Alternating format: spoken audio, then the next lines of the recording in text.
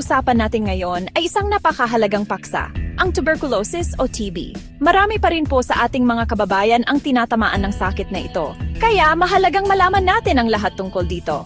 Ang TB ay isang nakakahawang sakit na sanhi ng isang bakterya na tinatawag na Mycobacterium tuberculosis. Bagamat ang pangunahing apektado nito ay ang ating mga baga, utak, bato, buto, bituka. Ang Pilipinas po ay isa sa mga bansa na may mataas na bilang ng kaso ng TB. Kaya't ang kaalaman tungkol dito ay isang malaking tulong para sa ating lahat.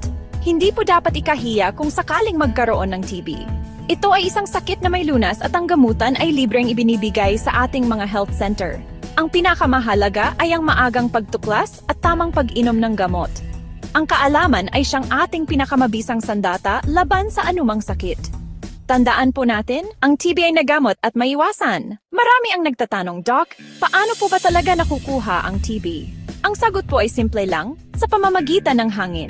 Kapag ang isang taong may active TB sa baga ay umubo, bumahing, nagsalita o kahit kumanta, naglalabas siya ng maliliit na patak ng laway o plema na naglalaman ng TB bacteria. Ang mga bakterya na ito ay maaring manatili sa hangin sa loob ng ilang oras. Kapag nalanghap ito ng ibang tao, doon na po maaaring magsimula ang impeksyon. Hindi po ito nakukuha sa paggamit ng kubyertos, baso o plato ng taong may TB. Hindi rin ito nakukuha sa paghalik, pagyakap o pakikipagkamay.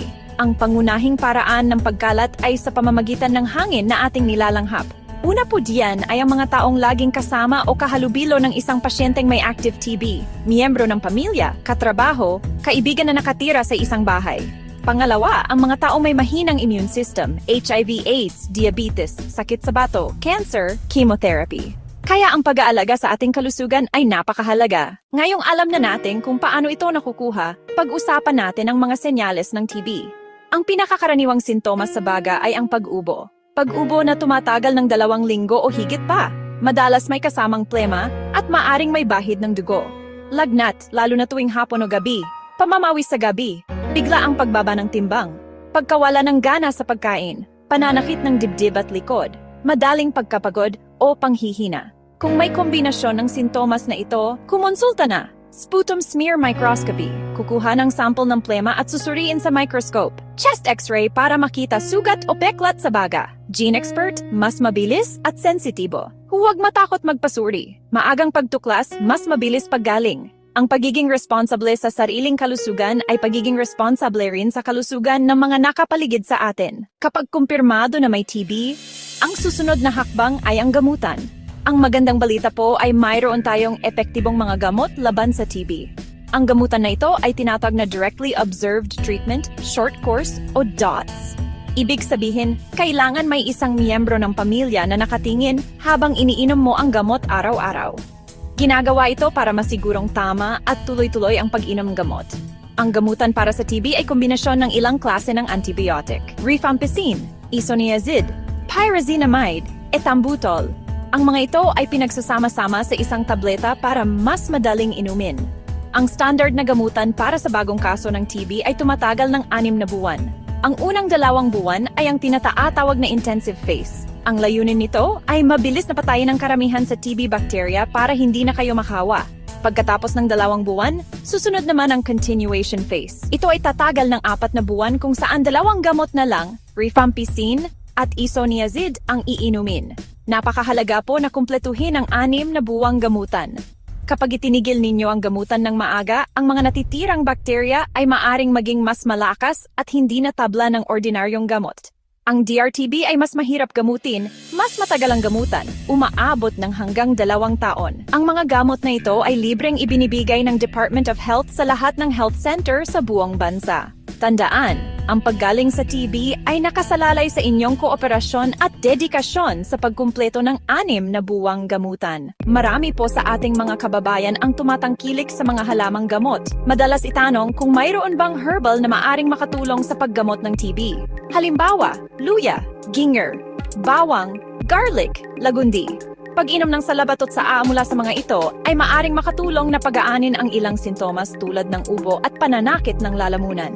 Subalit, kailangan ko pong bigyang diin, walang halamang gamot ang napatunayang kayang gamutin ang tuberculosis. Ang TB ay isang seryosong bacterial infection na nangangailangan ng partikular na kombinasyon ng malalakas na antibiotics.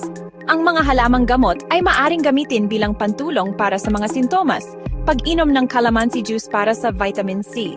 Pero hindi nito kayang palitan ang mga gamot na inireseta ng doktor. Ang pag-asa lamang sa herbal medicine at hindi pag-inom ng tamang gamot ay napakadelikado. Maaari itong magdulot ng paglala ng sakit. Isipin po ninyo, ang mga antibiotic para sa TB ay resulta ng maraming taon ng siyentipikong pananaliksik. Kaya't ang tamang diskarte, pagsabayin ang dalawa kung nais ninyo. Inumin ang iniresetang gamot para sa TB araw-araw ng walang palya. At kung gusto ninyo, uminom din ng salabat. Unahin palagi ang payo ng doktor at ang siyentipikong gamutan. Ang tunay na lunas sa TB ay ang pagkumpleto ng 6 na buwang antibiotic regimen na ibinibigay sa mga health center. Habang sumasailalim sa gamutan, may mga bagay po kayong maaring gawin para mapabilis ang inyong paggaling at maiwasan ang pagkalat ng sakit. Una sa lahat, ang nutrisyon ay napakahalaga. Kumain po tayo ng masusustansyang pagkain na mayaman sa protina, bitamina at mineral. Ang protina na makukuha sa isda, manok, itlog at munggo ay mahalaga sa pag-repair ng mga nasirang tissue sa baga. Ang mga prutas at gulay naman ay mayaman sa vitamin C at antioxidants na nagpapalakas ng ating immune system. Pangalawa, kailangan po ng sapat na pahinga. Sikaping makatulog ng 8 hanggang 10 oras bawat gabi. Bukod dito, itigil na po ang mga bisyo tulad ng paninigarilyo at pag-inom ng alak. Ang paninigarilyo ay lalong nakakasira sa baga, habang ang alak naman ay maaaring magkaroon ng masamang interaksyon sa mga gamot para sa TB. Sa unang 2 linggo ng gamutan, kung saan kayo ay nakakahawa pa, magsuot po ng surgical mask. Takpan ang big at ilong gamit ang panyo o ang loob ng siko kapag umuubo o bumabahing. Panatilihing bukas ang mga bintana ng bahay para magkaroon ng magandang daloy ng hangin. Pagkatapos ng 2 hanggang 3 linggo ng tuloy-tuloy na gamutan, hindi na po kayo karaniwang nakakahawa. Panghuli, mahalaga rin po ang emosyonal at mental na suporta. Huwag po kayong mag-atubiling humingi ng suporta mula sa inyong pamilya, kaibigan o sa inyong health worker. Sila ang inyong magiging katuwang sa paglalakbay na ito. Tandaan, hindi kayo nag-iisa. Bilang paglalagom, ating tandaan ang mga mahahalagang punto tungkol sa tuberculosis. Ang TB ay isang seryosong sakit, ngunit ito ay may lunas at may iwasan. Ang pangunahing sintomas na dapat bantayan ay ang pag-ubo na tumatagal ng 2 linggo o higit pa, lagnat sa hapon, pamamawis sa gabi, pagbaba ng timbang. Ang gamutan ay tumatagal ng 6 na buwan. Ito ay libreng ibinibigay ng gobyerno sa pamamagitan ng programang DOTS.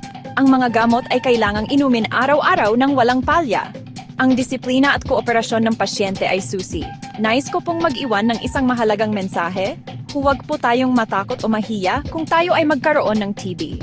Hindi po ito isang sumpa o parusa. Ang pagpapagamot ay isang kilos ng katapangan at pagmamahal sa sarili at sa pamilya.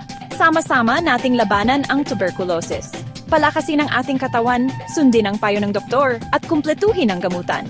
Sa ganitong paraan, hindi lang natin pinapagaling ang ating sarili, kundi tinutulungan din nating maging isang mas malusog at TB-free ang ating buong komunidad. Maraming salamat po at God bless! Thank you for watching and don't forget to like, comment, and subscribe.